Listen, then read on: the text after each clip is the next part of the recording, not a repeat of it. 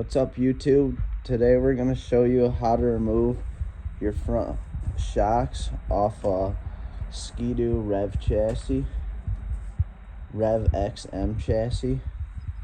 So first what you have to do is you'll have to take off your windshield and this hood. Take your dash off. So to take your windshield off, you just pop it out, one on each side. And then it'll come off the front too. And there's your windshield. Next, we'll take off these 6 Torx heads that hold the dash in.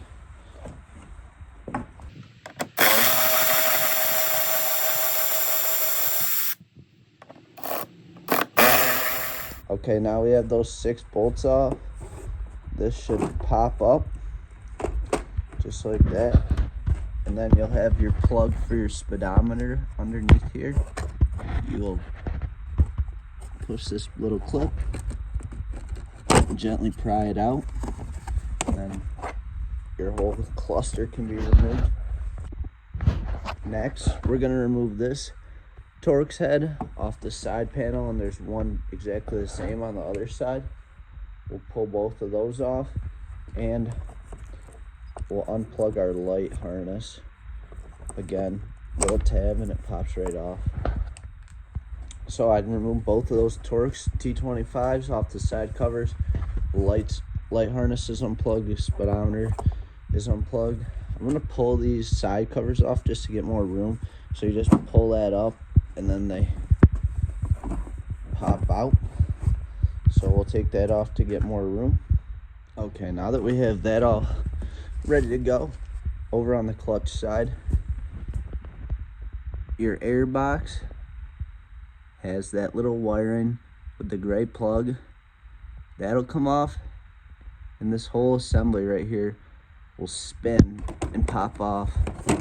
Got my light in here as best I can. So let me try to show you.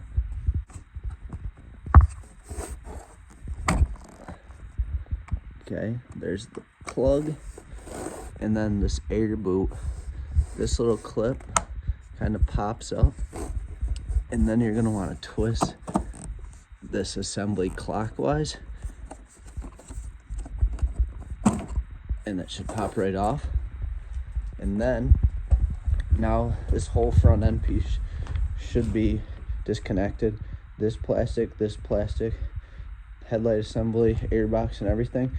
There's 2 locking tabs under here. You got to pull all this forward. If you give it a good pull, kind of work it a little bit, there it goes. The whole assembly should slide off. There's also a little vent tube over on this side. Right here. And it plugs in up behind your airbox, so you can take it off your airbox.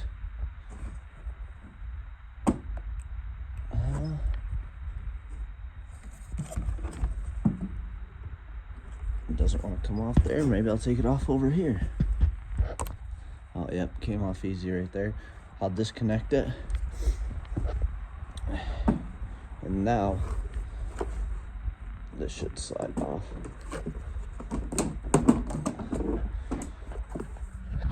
So now we got all the space to work. You can have a check over on your engine, make sure everything looks good, no leaks and stuff while you're in here. But here's the top of our shock tower.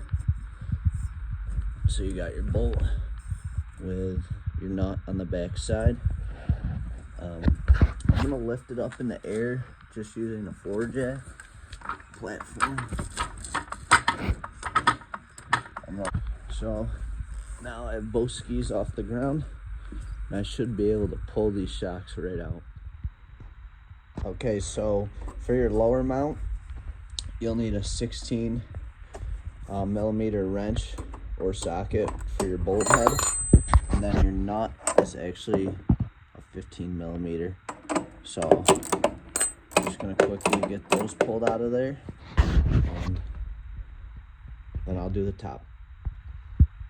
So your upper mount is the same setup. You're gonna have a 16mm bolt head with a 15mm nut. So I'll just finish backing those out.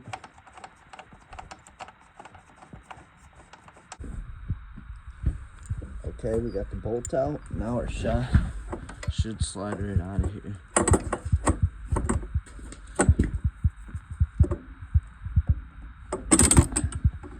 Yep, then down through your lower A-arm and out. So there's one side removed, and now it's the same process on the other side, but I'll just videotape it again. All right, 16mm, 15mm on this side.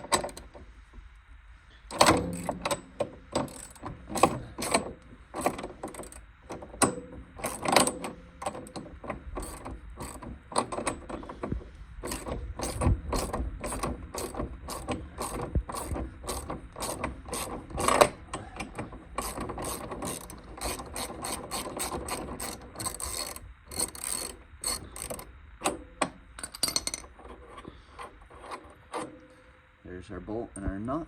Here's our top mount. 16 on the front side. Barely fit my socket in there. And a 15 on the back side or the rear side. That one was a lot looser.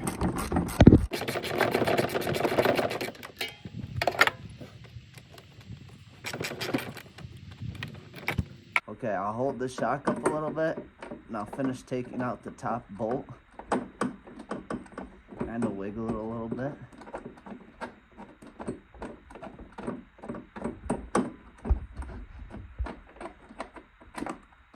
Got that out. Now again, our shock should slide right down through our lower A-arm with a little bit of force. And there you go.